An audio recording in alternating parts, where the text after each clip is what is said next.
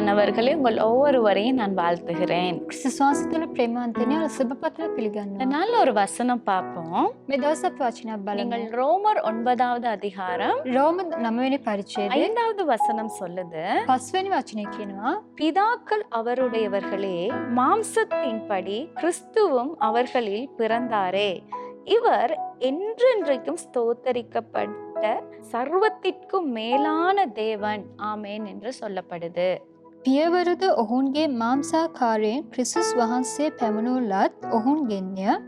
උන්වහන්සේ සියල්ලන්ටම උතුම් වූ සදාකාල ආශිර්වාදවත් දෙවියන් වහන්සේය. ආමේන්.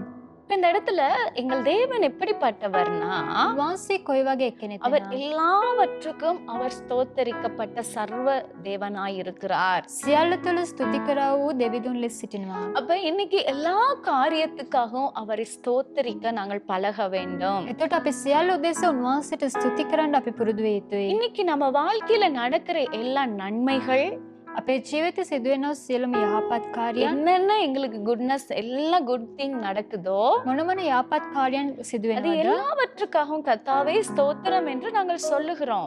අපි ඒ සියල්ලට ස්තුති කරනවා. அப்ப நாங்கள் கர்த்தருக்கு அதுக்கு மாத்திரம் அல்ல, එතකොට ඒ කාර්යයට පමණක් නොව எங்களுக்கு தீமையான காரியம் நடந்தாலும், අපිට නපුරු කාර්යයන් සිදු වෙනවා. வேதனைகள் மத்தியில போனாலும், වේදනා කාර්යයන් තුළ අපි ගියාත්, பாடுகளின் மத்தியில நாங்கள் போனாலும், පීඩාවන් තුළ අපි ගමන් කරා அந்த காரியத்தை நினைச்சு நீங்க ஸ்தோத்திரம் பண்ண ஆரம்பிங்க.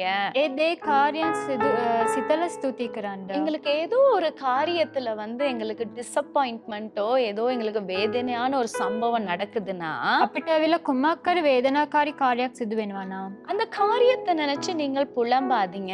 ඒ දේ ගැන සිතලවල කොඳුරන්න அந்த එපා. ஒரு மிஸ்டேக் நம்ம வாழ்க்கையில நடந்ததுனால ඒ වැරද්දක් අපේ ජීවිතේ සිදු වුන அது නිසා தவறான காரியம் என்பதை நாங்கள் புரிந்து கொண்டோம் இல்லையா? අපි ඇවිල්ලා ඒක වැරදි කියලා තේරුම් ගන්නව නේද? அப்ப அது ஒரு நன்மையான காரியம் தான் நமக்கு. ඒකත් අපිට යහපත් දෙයක් තමයි. அதற்காக கர்த்தரை ஸ்தோத்தரிக்க வேண்டும். ඒ උදෙසා අපි උන්වහන්සේට ස්තුති කළ இன்னைக்கு ஒரு යුතුයි. வியாதி எங்களுக்கு சுகம் கிடைக்கிறது. අපිට ඇවිල්ලා රෝගය පැමිණිලා ඒ තුලින් අප සුවය ලැබෙනවා. வியாதி நேரம் அந்த வியாதிக்காக ஸ்தோத்திரம், நீ சுகம் கொடுக்கிறதற்காக ஸ்தோத்திரம் என்று சொல்லுங்க.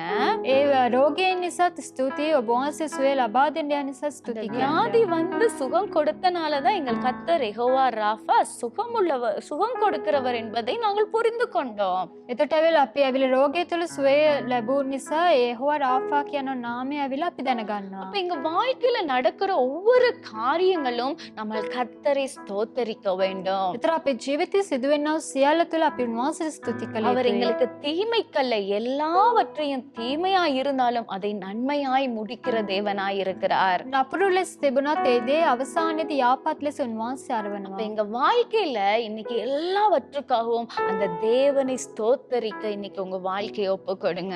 මේ සියල්ල තුල උන්වහන්සේට ස්තුති කරන්න ඕලා කැප කරන්න. நீங்க இன்னையில இருந்து அப்படி செய்து பாருங்களே. ඒ දවස පටන් ඕලා කරන්න. உங்களை அறியாமே உங்களுக்குள்ள சந்தோஷ சமாதானம் வந்துரும். ඔයාලා දන්නතුම ඔයාලා ජීවිතයේ සන්තෝෂය, ප්‍රීතිය, සමාදානය පැමිණේ. எது வந்தாலும் பரவாயில்ல, කුමන දේ පැමිණියත් என் කමක් නෑ. தேவன் என்னோடு இருக்கிறார் මගේ දෙවිඳුන් මා සමග සිටිනවා. என்கிற அந்த தைரியத்தினால நீங்க ஃபேஸ் பண்ண ஆரம்பிச்சிருவீங்க. ඒ ධෛර්යය තුලින් ඔයාලා මුහුණ දෙන්න ආරම්භ කරයි. நன்மை தீமை எல்லா சூழ்நிலையிலும் எல்லாவற்றுக்காகவும் அவரை மாத்திரம் ஸ்தோத்திரம் பண்ணுங்க. යහපත නපුර සියල්ල තුල උන්වහන්සේට පමණ ස්තුති කරන්න ආරම්භ அவர் කරන්න. உங்களுக்கு ஜெயமான காரியங்களுக்குள்ள நடத்துவார். උන්වහන්සේ ජයමත් වූ කාර්යයන් තුල මඟ இன்னைக்கு පෙන්වයි. ஸ்தோத்தரிக்க ஒப்பு கொடுப்பீங்களா? ස්තුතියට ඔයාලා කැප කරනවා. எங்கள் அன்புள்ளவரே, ප්‍රේමවන්ත இன்னைக்கு පියාණනි, யாரெல்லாம் உம்மை ஸ்தோத்தரிக்க ஒப்பு கொடுத்தாங்களோ කවුරු කරු ඔබ වහන්සේට ස්තුති කරන්න කැප කළාද? அதுக்குரிய ஆசீர்வாதத்தை நீங்க ஒவ்வொருவருக்குள்ளும் கடந்து வர பண்ணுங்க.